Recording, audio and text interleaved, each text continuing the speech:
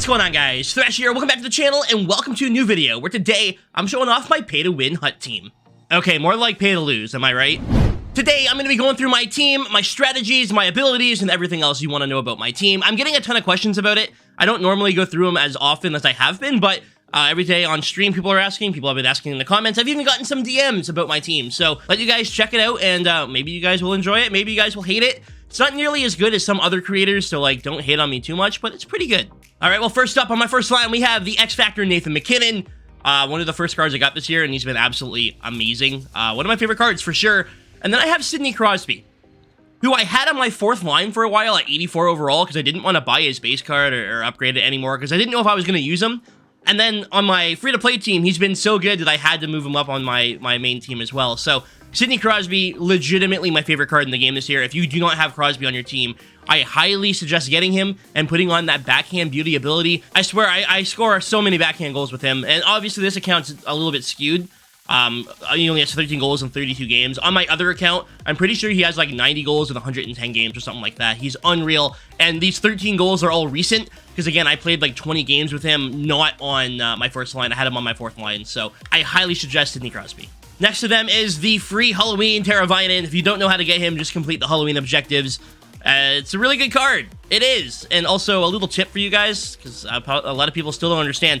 I've made videos on this before. I've tried to explain it, but the more prime times and Hut 23 cards you have in your lineup, the more games you get done faster. So if you have one card, you get one game completed towards the objective every game. But if you have 5 of them, you get 5 completed towards the objective every game. Hopefully that helps you guys. And this is Teravainen, and he is a phenomenal card. This is a card you're going to want on your team and will be on your team for a long time. Second line starts with the brand new MSP Teemu Selanne. I don't know how I feel about him yet. I was hoping he'd be a little bit more explosive on offense. He hasn't been. Doesn't mean he's not a good card, but he's definitely not putting up a point per game yet. But we'll see how he does in the next week or so, and if I want to keep him on the team. I mean, I'm going to keep him. It's Teemu Selanne. He's got 94 speed and Excel. It's just haven't been able to get him to finish a lot for me, so we'll see if we can turn that around. His center is the free Jared McCann I got from the objectives, actually, as well. So the same way you completed the Teravainen objectives, you can do the same with the Spotlight. The more Spotlight players you have, the faster the objectives are done. And I chose Jared McCann because I think he's the best well-rounded card. 90 stick checking, 88 face-offs, decent body checking, decent hands, good shot, decent skating, like everything is rounded, and this is a card that will be on my team for a long time, as opposed to another card who may be good now, but maybe not usable in the future. The right winger is the Trevor Zegras X Factor, who I absolutely love having on the team with the skilled up ability. This is one of my favorite cards in the game, simply because he has skilled up, and having that extra little help doing that move adds an entire dynamic to my offense. You know, if he's on the ice, I have an opportunity to score that goal every time, because they don't usually chase behind the net. And then once you try it, they will start chasing you behind the net, which allows you to open up a little bit more on offense. It's honestly a great card to have, even just for mindset. Third line starts with Gordie Howe, and this is my captain's line, my all Red Wings line, my favorite line on my team. Gordie Howe at 89 overall, with Steve Yzerman as the center, my favorite player of all time, and Dylan Larkin's X Factor, who I cannot wait to get an upgrade. It's my captain's line. It's my wings line, guys. This is my team. This is my line. This is a line that's probably going to be here the entire year as I continue to upgrade them every single month. Yzerman, my favorite player of all time. Larkin, my favorite player right now. Like, it's just an awesome line to have. My fourth line is Maurice Richard, who, here's the thing. I have Richard and I have Howe. So with both of them, I can trade in Messier as well and get Gretzky or Lemieux. So I don't know what I want to do yet. If I do another icon pack and I get Messier, then I think I kind of have to get Lemieux, but I don't want to get rid of Gordie Howe, so I'm kind of in a pickle here. For now, I have Richard on the fourth line, playing with Elmer Soderblom, who I absolutely love Soderblom in real life. He's not a phenomenal card, but he is 6'8", and that alone warrants him being on my team. He's a Red Wing, and he's 6'8", so he's on the team.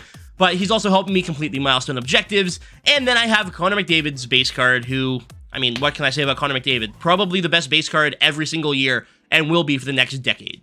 My defense looks like Roman Jossi's X Factor, who's actually been very good for me. A lot better than I expected.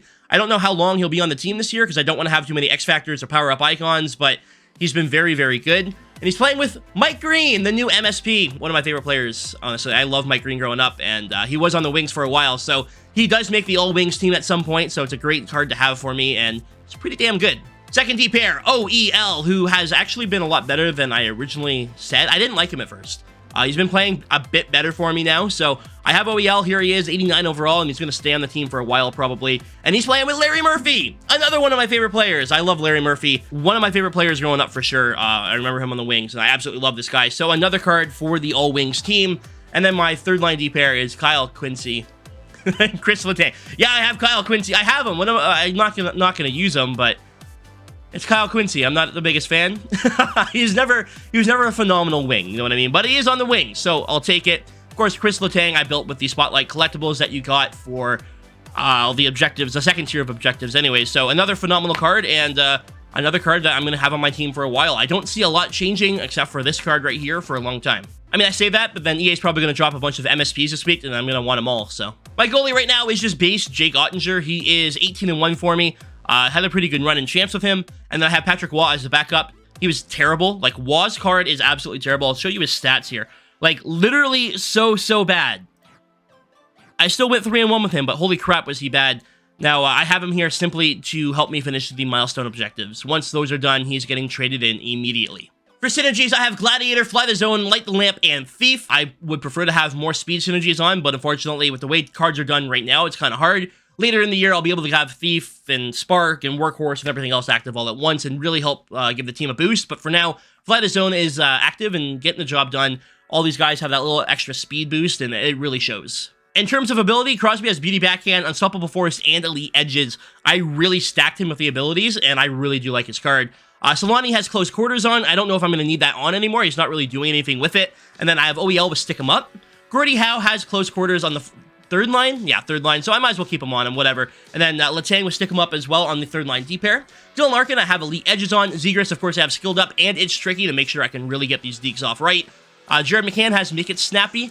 And that is it for my abilities. Now, I do want to play with these a bit and maybe get rid of Close Quarters for Solani. I'll leave it for now, but I can turn Elite Edges on for green, and I can get another ability active for someone else, and I really think that's a smart thing to do. My record so far this year is 186, 82, and 13. It's like 175 games or somewhere around there. And I'm doing all right so far. I wouldn't say I'm doing phenomenal, but I'm having a pretty decent start to the year. I think 10 of these games are squad battles, but that's about it. I don't play a lot of squad battles on this account.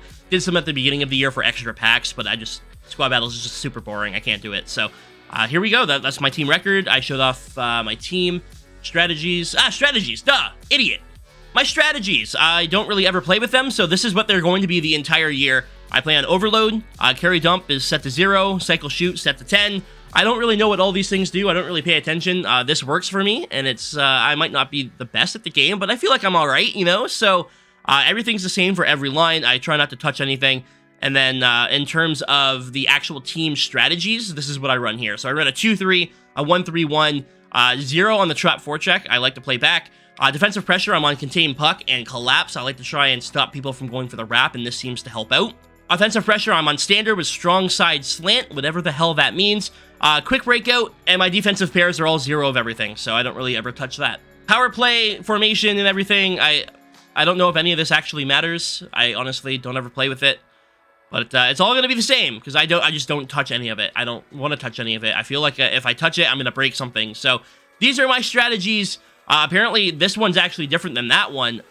I couldn't tell you. I don't really ever touch them. Now, in terms of all my objectives, I'm pretty much done everything to get all the free stuff so far, except for the milestone. I'm at 163 of 400. 19 days to get these games done, but again, the more milestone cards you have on your team, the faster you're done the objectives to get the collectibles, and all these collectibles will add up to a fully maxed out MSP. So you might as well get them done and get yourselves another 89 overall card. Anyways, guys, that is going to do it for this video.